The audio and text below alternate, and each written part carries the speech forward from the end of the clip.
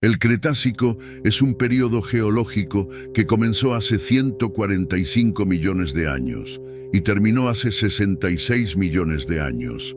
Es el último período de la era Mesozoica. Se ubica después del período Jurásico y antes del Paleógeno, el primer período de la era Cenozoica, nuestra era actual.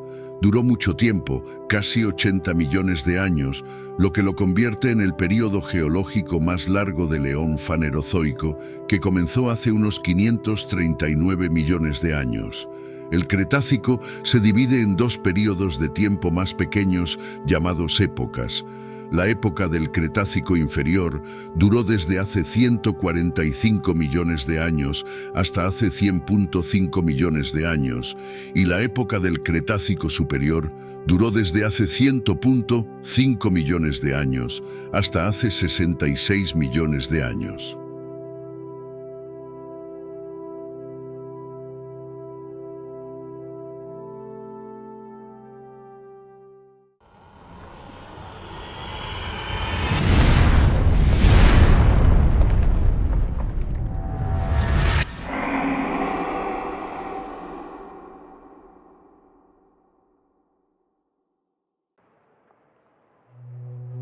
El clima y los continentes del Cretácico.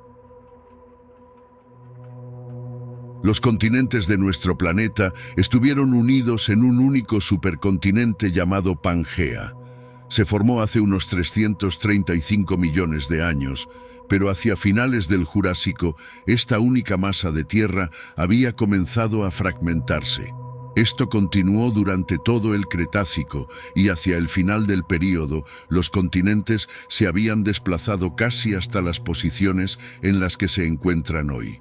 En aquella época, la Tierra era mucho más cálida que hoy y había poco o ningún hielo en el Polo Norte o el Polo Sur. Los niveles del mar fluctuaban, pero en general eran altos. De hecho, hubo momentos en que los niveles del mar eran 170 metros más altos que hoy. Se formaron mares poco profundos que dividieron algunos continentes. A finales del Cretácico, por ejemplo, el mar interior occidental dividió América del Norte en dos masas continentales.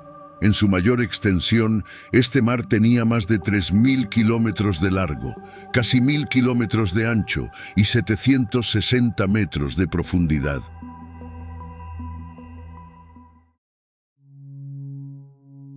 Plantas en el período Cretácico.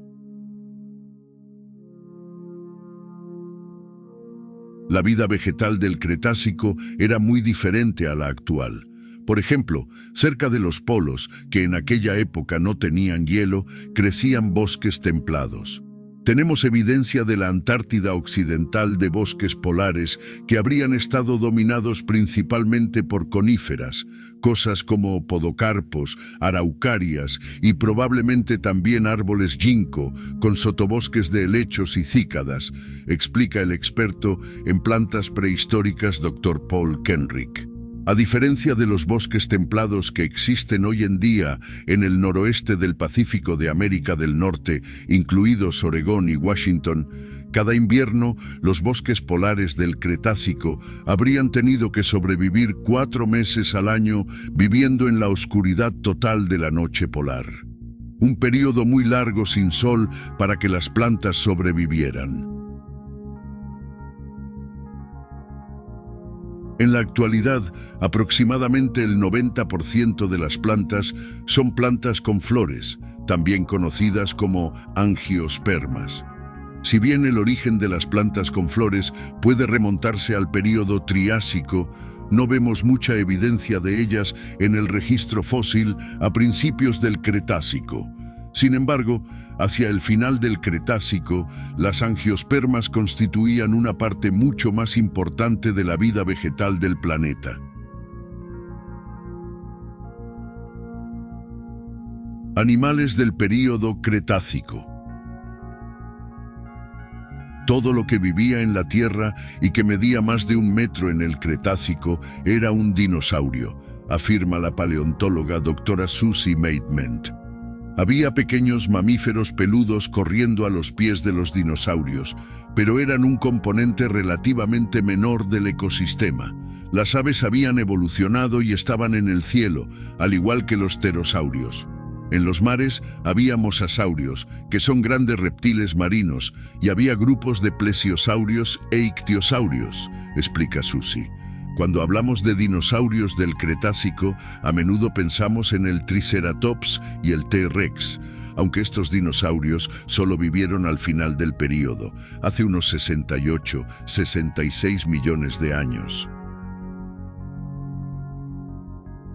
El Cretácico tiene una duración de 80 millones de años, por lo que hay muchos cambios en ese período, dice Susi.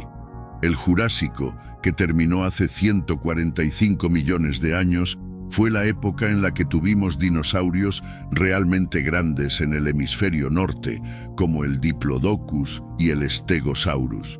Estos parecen extinguirse o al menos disminuir en el Cretácico inferior y son reemplazados por iguanodontes y ceratópsidos. En el Cretácico temprano, los iguanodontes fueron unos de los primeros dinosaurios en desarrollar mecanismos de masticación complejos en lugar de simplemente engullir comida como otros reptiles. A finales del Cretácico, los hadrosaurios, los dinosaurios con pico de pato, hacían algo similar.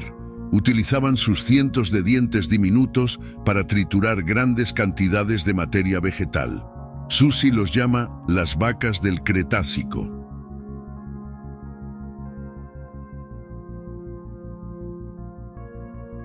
Mientras que los dinosaurios más grandes del hemisferio norte vivieron durante el Jurásico, fue en el Cretácico cuando el hemisferio sur vio aparecer a sus reptiles más grandes. De hecho, durante este período aparecieron algunos de los animales terrestres más grandes que hayan existido jamás.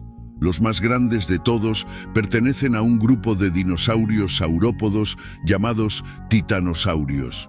Patagotitan, un titanosaurio de 37,5 metros de largo procedente de Argentina, en América del Sur, podría ser el más grande encontrado hasta ahora, pero es posible que algún día encontremos dinosaurios aún más grandes. Creo que antes de Patagotitan habríamos dicho que los dinosaurios estaban al límite de lo físicamente posible y luego encontramos algo más grande, señala Susi. No está claro por qué algunos dinosaurios y pterosaurios, como el Quetzalcoatlus, alcanzaron tal tamaño durante el período Cretácico. Algunos creen que podría estar relacionado con los gases que había en la atmósfera, mientras que otros sugieren que una carrera armamentista evolutiva entre presas y depredadores puede haber sido la responsable. Los dinosaurios grandes no podían correr, así que tuvieron que protegerse de otras formas. Por eso, las presas se hicieron más grandes y luego los depredadores se hicieron más grandes y así sucesivamente, explica Susi.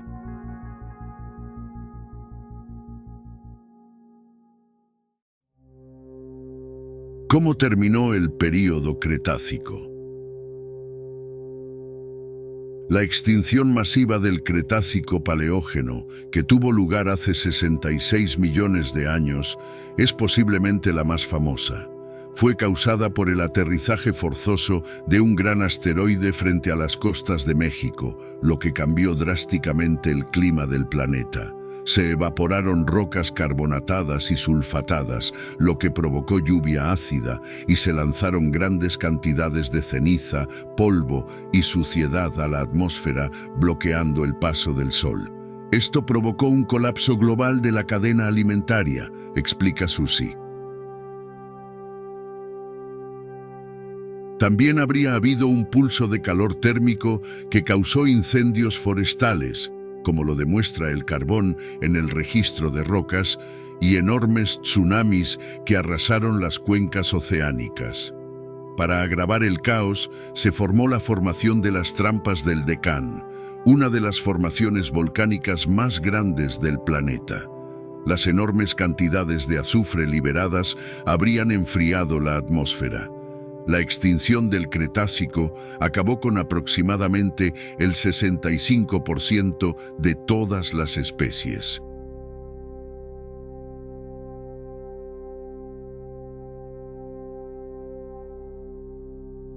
¿Qué vino después del período Cretácico?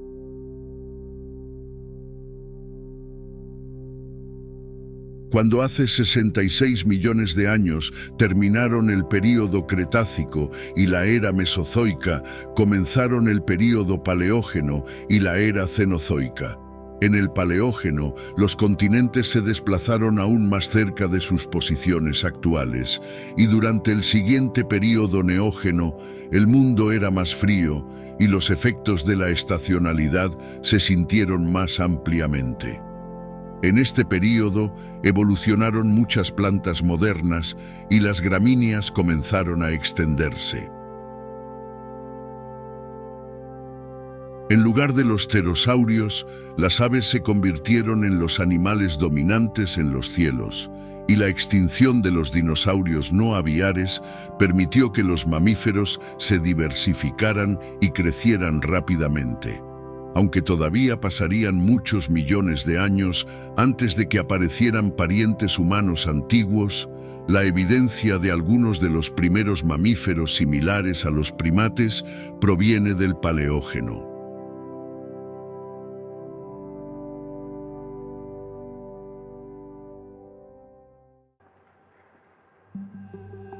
Para finalizar, no te olvides de activar la campanita y dejar tu Dino Like, así me ayudas a seguir creando más contenido.